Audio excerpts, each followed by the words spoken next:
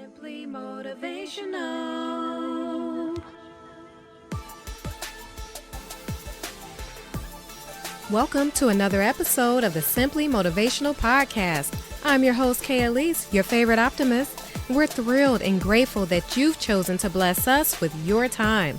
It's my privilege and joy to inspire, motivate, and empower you towards reaching your full potential. It's Strategic Saturday, and today I'll share a strategy out of our employee development category. This is for those employees who work in fast-paced office environments and receive so many emails they get anxiety when they turn on their computer to start their workday. If this is you, I'm going to share a process that may help reduce some of that email anxiety and help you get your workdays off to a better start. Let's start with the understanding that preparation is key. Okay, you have to prepare your workday.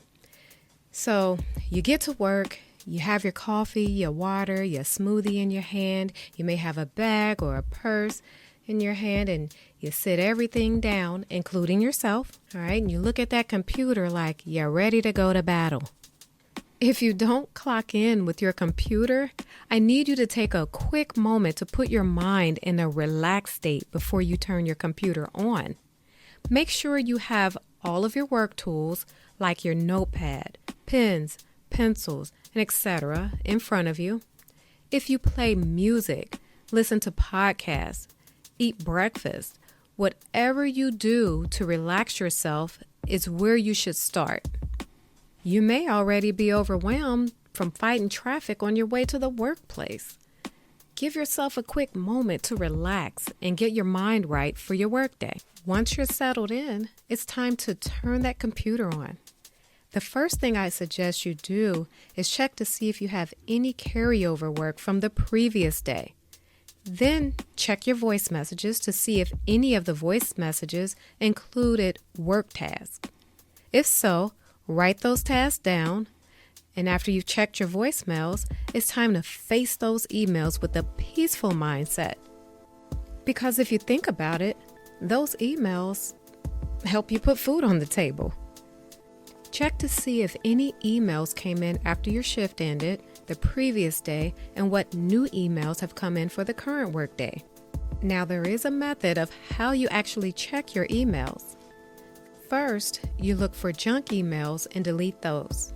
That seems to trim off quite a few emails.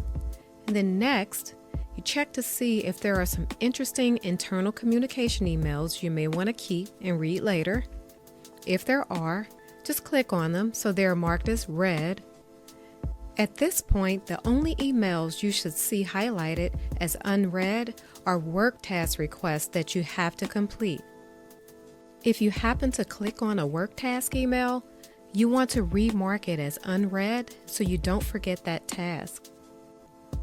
All right, now that you've organized your communications, it's time to create your task checklist. As you're doing this, I want you to keep in mind that once you get comfortable with this process, you'll be able to write your tasks down as you go through your email list. Next, you're going to take the previous day's tasks and the current day's tasks and create your prioritized task checklist. As your boss may say, every task is a priority, and I agree, but you have so much work sometimes that you have to organize it in a way that you can complete your task without feeling so burnt out every day. If all of your tasks are a priority, then you want to go by the required turnaround time. If there are requests that have to be completed on the same day, those tasks should be at the top of your list. If you have requests that can be completed within 24 hours, those tasks should be next on your list. Tasks that can be completed within 48 hours should be listed next, and so on, until you complete your list. All right, it's time to get to work and complete those tasks on your list. But I want you to keep in mind that since you work in a fast-paced environment, there is a possibility you will get work requests throughout the day that may have to be completed the same day. And that's understandable, so all you do is add those tasks to your same-day list. If you have so many same-day tasks that you cannot complete, It's important to communicate this with the requester to see if they can give you extra time to complete. Depending on how long you've worked for the company, you'll have an idea of the tasks that need to be completed right away versus the tasks that have to be carried over. Most times, all of your tasks for the week can be completed by the end of the work week because you'll have some days where the load is just not that heavy. Those are the days you'll utilize the time to complete your carryover tasks. All right, let's do a little recap. All right, you've prepared your mind for your workday, organized your communications, and created your task checklist. It's time for a break. Just kidding. But seriously, it may be if you need one. If you don't, it's time to start completing your work tasks. I know it's a process, but it works. Let me know if you try it and tell me how it works for you. And that brings us to the end of this episode. Thank you for joining us today.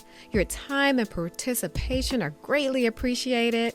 Whether you're a teen, a young adult, or an established professional, the Simply Motivational podcast is here to support you on your journey. Let's grow together. Stay tuned for our next episode. Subscribe to simplymotivationalpodcast.com so you can receive notifications. Until then, keep growing, stay inspired, and remember, every day is an opportunity for growth. I'm Elise, your favorite optimist, signing off.